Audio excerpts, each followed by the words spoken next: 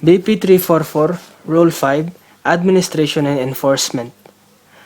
Responsibility for administration and enforcement. The administration and enforcement of the provision of these rules and regulations shall be vested in the Secretary of Public Works and Highways and the Secretary of Transportation and Communications in accordance with the functions and jurisdictions of their respective departments as provided for by laws as follows.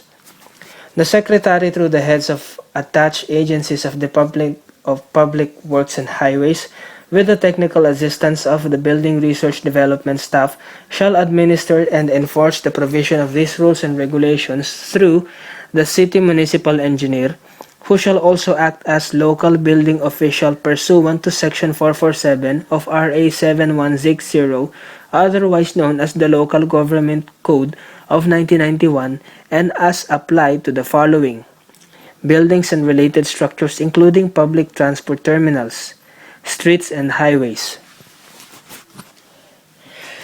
The Secretary of Transportation and Commissions shall administer and enforce the provision of these rules and regulations through the heads of line and attached agencies of the department as follows. Land Transportation Franchising and Regulatory Board, in respect to the issuance of Certificate Public Convenience or CPC and Provisional Authority or PA for the operation of public roads, transportation utilities or services. Land Transportation Office, in respect to the registration of buses and jeepneys and enforcement of regulations related to land transport.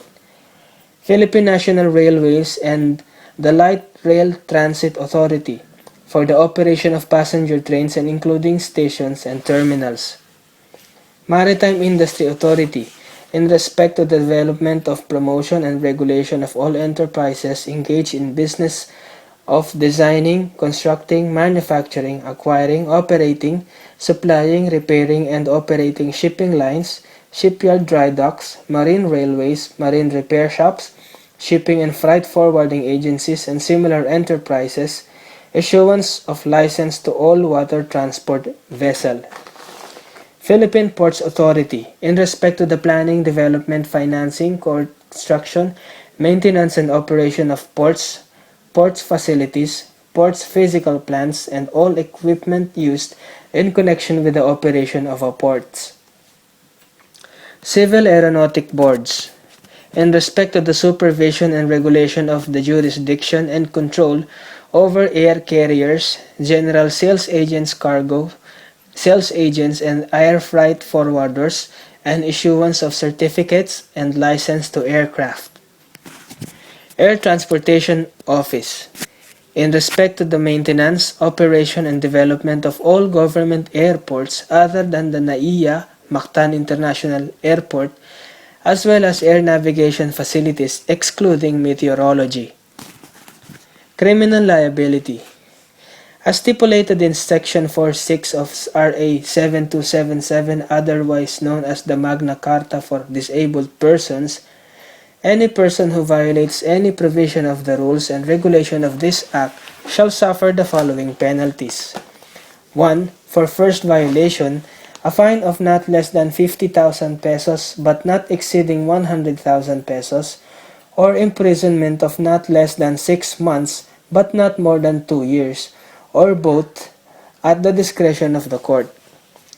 For any subsequent violation, a fine of not less than 100,000 pesos but not exceeding 200,000 pesos, or imprisonment for not less than 2 years but not more than 6 years, or both, at the discretion of the court.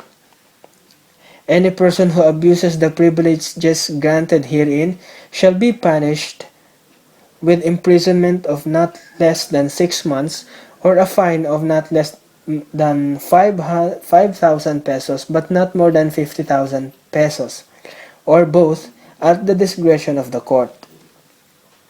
If the violator is a corporation, organization, or any similar entity, the officials thereof directly involved shall be made liable therefor. If the violator is an alien or a foreigner, he shall be deported immediately after service of sentence without further deportation proceeding.